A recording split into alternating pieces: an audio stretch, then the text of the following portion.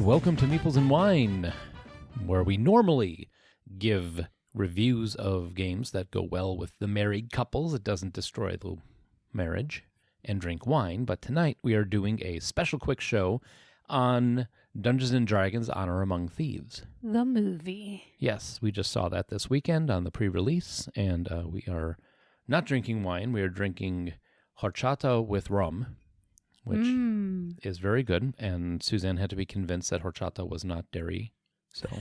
I had to Google it. So yes, welcome to Meeples and Wine. I am Suzanne. And I am Michael. And we're here for the movie review today. Yeah, so this weekend we went to one of those grill and movie grill places. Studio movie grill. Yes, a place where they bring you food. We and saw drinks. the Dungeons & Dragons Honor Among Thieves.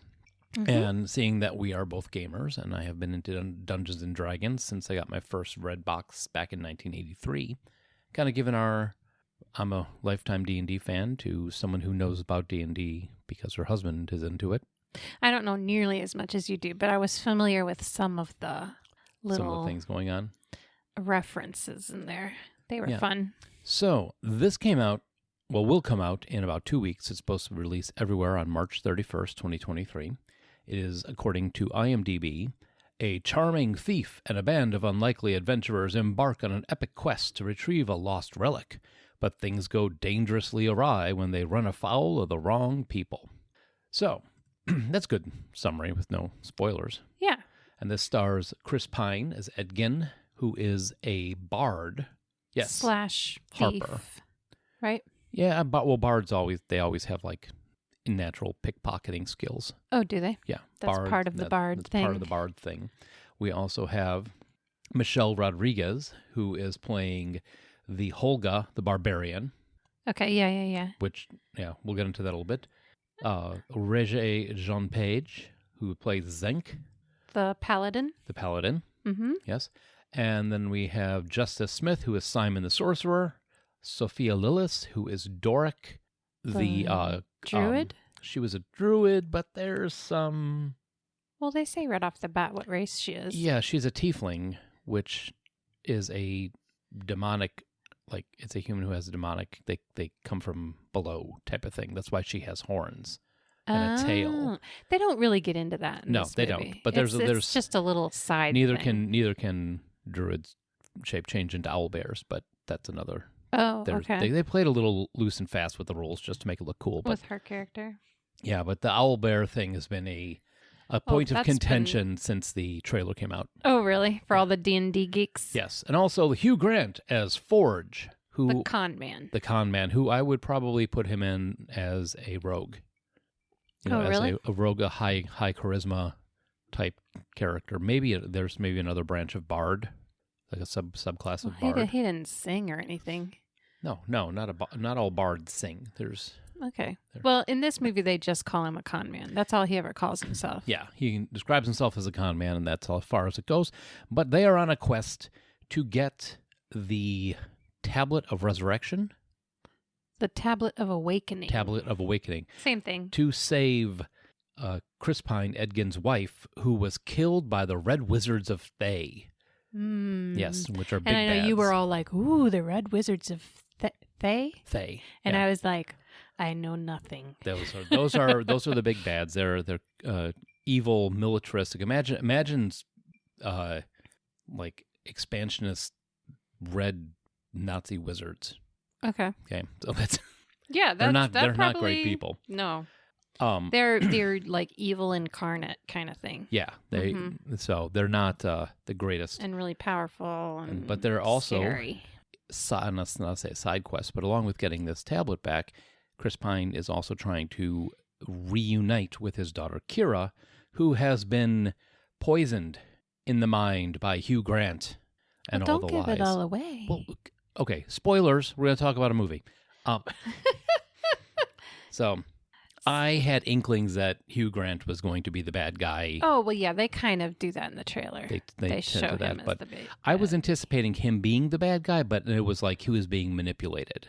And it was like, oh, no, I was under mind control of the Red Wizards, when actually, no, he was just a jackass and working with them because he wanted all the money.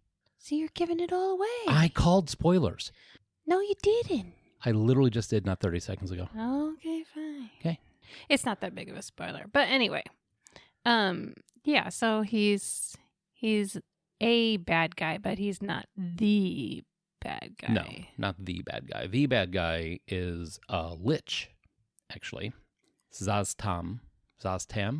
The big, remember in the flashback, he's holding the horn, which I think was the You mean the Orcus guy in the horn. shadows? Yeah, the guy in the shadows. Remember they showed yeah. the thing happening at the big tower, and the one guy picked up the horn and floated up and sucked all the life out of everybody. Yeah. That was Zaztam. Okay. And he's kind of the behind the scenes big bad guy. So And the way they did it, then they could do more movies. oh yeah, I was kind of thinking it was a one-off, but with him being the big bad guy. yeah, he didn't get taken out. He was not destroyed. Right. His underling was. So Right. conceivably he could come back. But here's the thing: this all takes place in the Forgotten Realms era or world of Dungeons and Dragons, which is Faerun, which is also central to several different video games. So like Baldur's Gate takes place in Faerun. Neverwinter Nights, which you have the city of Neverwinter. That's another game. Waterdeep. There's a bunch of games that all Okay, sync up but to can this. I say that if you're not familiar with any of that lore, you will still enjoy the movie? Because I was not familiar with any of that. Well, did you enjoy the movie? Yes. Then yes, you can say that. Okay. If you are familiar with that, will you not enjoy the movie? No, I think if you are familiar with that, you will be, Pickier about things? I'll say pickier about things, but you'll be like, there's a little bit of wink and a nod, like when they talk about the Sword Coast or they talk about Revel's End and we're going to go, they definitely did a good job of making it be in the world, but not being Too specific? to like, hey, we're in the D&D world. Ha ha, we're going to the Underdark. No, to me, I just saw it as a heist movie set in a fantasy realm. Which it 100% was. But they went as far as well to get everything right. I mean, it could be like Middle Earth as far as I'm concerned. Yeah. But I did notice things, little references. Like the cartoon D&D from the yes, there is 80s, 70s? the 80s. Which I have seen. yeah, when I there was a is kid. we won't spoil that, Mm-mm. but there is a huge nod to the old D&D cartoon in there. Yeah. And- But there's lots of stuff like that in there. Yeah, there is. But that was the only point where I sat up and almost stood up in my chair and was like, ha ha ha. I know, you practically screamed it across the theater. Suzanne, look! So that was very cool. But the whole plot line goes that they're trying to find this tablet to bring back Chris Pine's wife, or what's his name, the character's name, Edgin's wife Edgin. back. Mm-hmm. He was a Harper, which is actually a group of undercover spies and wizards that exist in Neverwinter Night. Yeah, they colored them as the good guys. Yeah, in they're this. kind of like the MI6 of Okay. Faerun, Right. that sort of thing. So he's become disenchanted with the whole Harper's thing. Well, you find out a reason that why his wife was killed. He blames it on the Harpers, but then you find out there's more to the story, as there always is. Of course. But he's paired up with Holga, who took pity on him in his drunken stupor after losing his wife, and also took pity on his daughter. Who was And- just a baby. Yeah, she was just a baby. So Michelle Rodriguez is Holga, and Edgin, they raised the baby up Right. as brother and sister, they describe it. Ish. Yeah. So eventually they wind up rewind, stop. So Forge, Hugh Grant, comes to him and says, hey, I know where this tablet of resurrection is, tablet of awakening. Why can't I say that? The I tablet don't of know. awakening is, let's go there and we're going to go get it. He leaves his daughter at home, Right. even though That she's was been running. even though this heist is this adventure is way beyond anything that their troop of thieves have ever done. That's Edgin's motivation, is to get this tablet of awakening and get his wife back. Yes, but he leaves his daughter at home when she'd usually follow them on their Right. adventures. So she's kind of horked off at him from that. So they get betrayed, wind up in prison, and that's where the story leads in of them in prison. So kind of the circular storyline. It goes on. They finally get out because otherwise it'd just be very boring watching them in prison the whole time. And they get the band together. So they get together the Justice Smith, who plays Simon the Sorcerer, who is not a very good sorcerer until it counts. Right. Justice Smith, you may know him from such things as Jurassic World Fallen Kingdom, and he was Tim Goodman in Pokemon Detective Pikachu. So he's used to being in movies where things don't exist. Lots of green screen. Yeah, they also eventually go to Regé Jean Page, who is been in Bridgerton. Mm-hmm. Yeah, that's what I recognized him and from. He was in the miniseries Roots from 2016. Oh, I didn't realize that. Yeah. So he was the paladin who kind of leads them on their way. He's not around long. He's just kind of like the wise hand that brings them to the next level. Right. And that made sense to me because he was like overpowered. If he had gone with them, I think they either would have had to have killed him off, or you know what I mean? Because it would have been too easy. Yeah, for him to be able to, he would have nerfed the whole thing if he was there. Well, and he would have just punched his way through every problem. Right. So he is the paladin that leads them up to the next level. They also get Sophia Lillis as Doric. Doric, the druid / tiefling. Tiefling druid who is living with the elves who are being burnt out of their homes because they dared comment that maybe Forge, Hugh Grant, did not rise to power as the new Lord of Waterdeep in a proper fashion. Yeah, that there was something fishy going on. So he's burning them out. Yeah. So you got all that going on. So Doric doesn't trust humans. You've got Simon, who doesn't trust his own magic. Holga, who's just kind of like barbarian the whole way through. And Zenk, who leads him on the next way. And it's a great story. It plays out like a D&D adventure. You know, there's NPCs that they have to find to move to the next level. There's treasure they have to find. There's lots of monsters in here. Lots and lots of different monsters, and they don't take the time to explain them. If you're familiar with D&D, of course, you're going to know what they are. Right. But if you don't, they're just monsters. I mean, there's no need to explain them all. Well, they explained the brain things that were in the Underdark. They did explain those. They had a little bit of exposition silly. just for the sake of a joke. Right. So that made it pretty funny. It actually kind of kept in tune with Zenk's personality of always explaining things to them. But some of the monsters that I saw, there were rust monsters, there was the brain things in the Underdark, there was the Displacer beast, was a big black leopard looking thing with the tentacles. Oh yeah. Gelatinous cube. There was a red dragon and a black dragon, and the red dragon and a gold dragon, really, if you think about it. Gold dragon? A statue. No, that was just an animate stone. Animate stone. Okay. Yeah, it was just a dragon. It looked like a gold dragon to me. Thumberchild is the name of the dragon that they fought in the Underdark. Oh, okay. Because they were in the realm of the Grey Dwarves, the Dworgen. Yeah, I think that's what they're called. And I remember him being in some of the source books, but he is literally known as he's the big fat dragon. Oh, okay. He got too big. He used to stoke the fires for the blacksmiths, for the dwarves, and just got so fat he never was able to because they just leave. kept feeding him or something? He just got bigger and bigger as time went on, and that's why he can't really fly. So he's kind of stuck down there in the deep and can't get out. So he's an actual he's too existing character in Neverwinter or in Forgotten Realms. Okay, that makes more sense to me now. I thought it was funny that he was fat, but one of the girls, that was her favorite part of the whole thing. Was she was laughing her head off. The pudgy dragon. That is a pudgy dragon. There are a couple, I will say. I told my brother who was with us, I was like, there were a couple pitch meeting moments. Super easy, barely an inconvenience. Moments where there were lots of like MacGuffins that they threw in that didn't last long. Like it seemed like it was important, and then it had its moment, and then it was done. Yeah, there were a lot of easy, nice coincidences that happened across the whole thing, which Magic items, Yeah. things like that. Things like that, or everybody just happens to know who this dude is type Well, of thing. that they've kind of made a joke out of. Yeah. Everybody knew. That was funny. But no. But yeah, I mean, I as a non-familiar with D&D stuff person, I enjoyed it just as a heist adventure or as a the criminals become heroes type adventure, Mm-hmm. which one of our daughters described as Guardians of the Galaxy and fantasy world. Yeah, it definitely instead has of space. and that's one of the things that people were worried about when I was looking on some of the forums was they were afraid that they were going to go full James Gunn, full Marvel. No. They really didn't, because the thing is, like with Marvel movies, it's like you have this big dramatic moment and then someone tells a joke.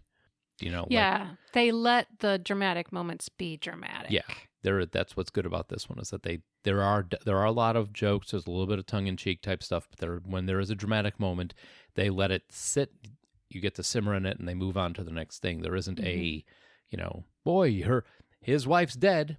Yada da da da da. Next scene. I was going to say it did start in the classic Disney fashion, with one parent dying. Yeah, I mean, Disney parents have a very short shelf life. Yeah. But I enjoyed it. It was good. I think I will get this on Blu-ray when it comes out because I think it is a fun watch. Well, you know what else I think made it just a little bit more for me was the main character wasn't the only one that had a story arc. Mm-hmm. They didn't spend a lot of time on all of their story arcs. Like really only a few of them had one, and some of them were just narrated. Yeah. Like the tiefling, her story was just kind of narrated quickly. Mm-hmm. But the sorcerer. Oh, Simon? Yeah, he had a story arc. Holga had a story arc. Yeah. So that made it more interesting that they had. There was more to the story than just Edward. What's his name? Edgin's story. Yeah. And there was a post Chris Pine's story that was out there. I think I don't know where I was going through, where some of the writers, somebody said they specifically wrote the men to be weak in this movie. And I think it's just kind of, they were just trying to like hustle up some easy clicks on this one because Edgin, I mean, yeah, he had some issues, but his wife was murdered. His daughter was ripped from him by a guy who thought he was friends with. Well, I mean, that's what makes a story. You have a conflict or some kind of problem that needs to be solved, and then you go and try and solve it, and then it doesn't work out, and then you find another way, and then ta-da, happily ever after. Well, I mean, but I don't think any of the characters were specifically written weaker than the others. I mean, they were all written with their weaknesses that actually fell in within the range of their personal stories. Well, I think they did that because they paired him with Holga, who's a barbarian. Yeah. And like rage and all that, stuff that she's stronger than he is. Mm-hmm. Stronger than most men that are around. But that's her race, her character. Yeah. It's not that she's just this generic strong woman. She had her own troubles too. Mm-hmm. But strength was not one of them. She's down with the snoo. Okay. Oh yeah, that was fun.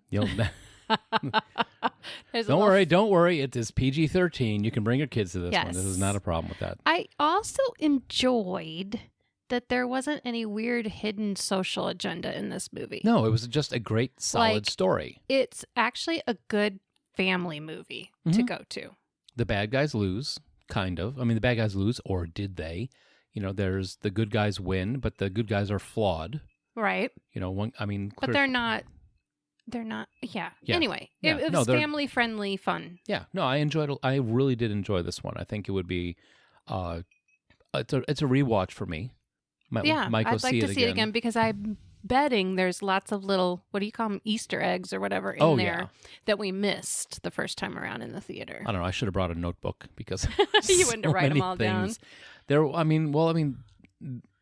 didn't mention the mimics. They showed those in the trailer. Oh, yeah, the mimic was in the trailer, too. Yeah. I mean, everybody knew the mimic, and that was the other thing that, like you said, there was no explanation about these things. They just assumed that you know them. So, like, when the Displacer Beast showed up in the maze at the very end. Yeah, that some non-D&D people might be confused by, but I kind of caught on to it right away. Yeah, but that it was, like, projecting its own image over there to distract you, and then it would sneak up behind you. Yeah, and one of the things that I noticed is that they the Displacer Beast showed up and Chris Pine or Polga, or so it didn't go, a Displacer Beast, be careful. They use their tentacles to project an image and it's scary.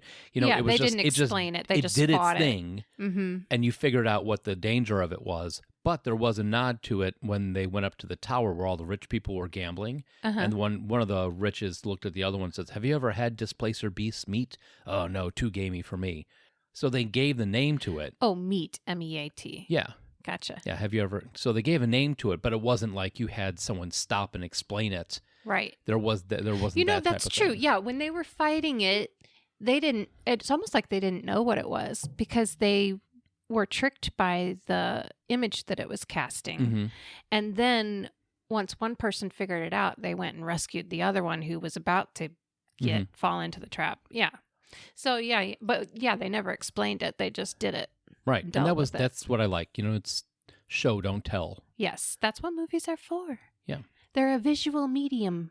and I will say this, when they did do the expository scenes, they were not like Doric's background story. Yeah. Like her story arc or whatever. It took was super short. Minute or two, but you had enough to know what her motivations was. You had enough to know that she didn't trust humans, that where she all came from, and that sort of thing. And it made sense because they didn't know her. Well, the one guy kind of knew her.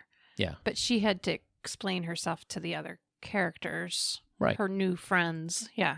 And they were trying to talk her into joining them and blah, blah, blah. Yeah, so it was good. There's also Daisy Head is in this. You've got a couple other people that I'm looking to see. Daisy Head is probably the other. Will Irvine, Tobias. There's a bunch of chancellors. I'm sure there's a lot of I think there's probably cameos in there too. Some actors that we wouldn't be super familiar with that they might be more familiar in Britain, right? British actors. Yeah.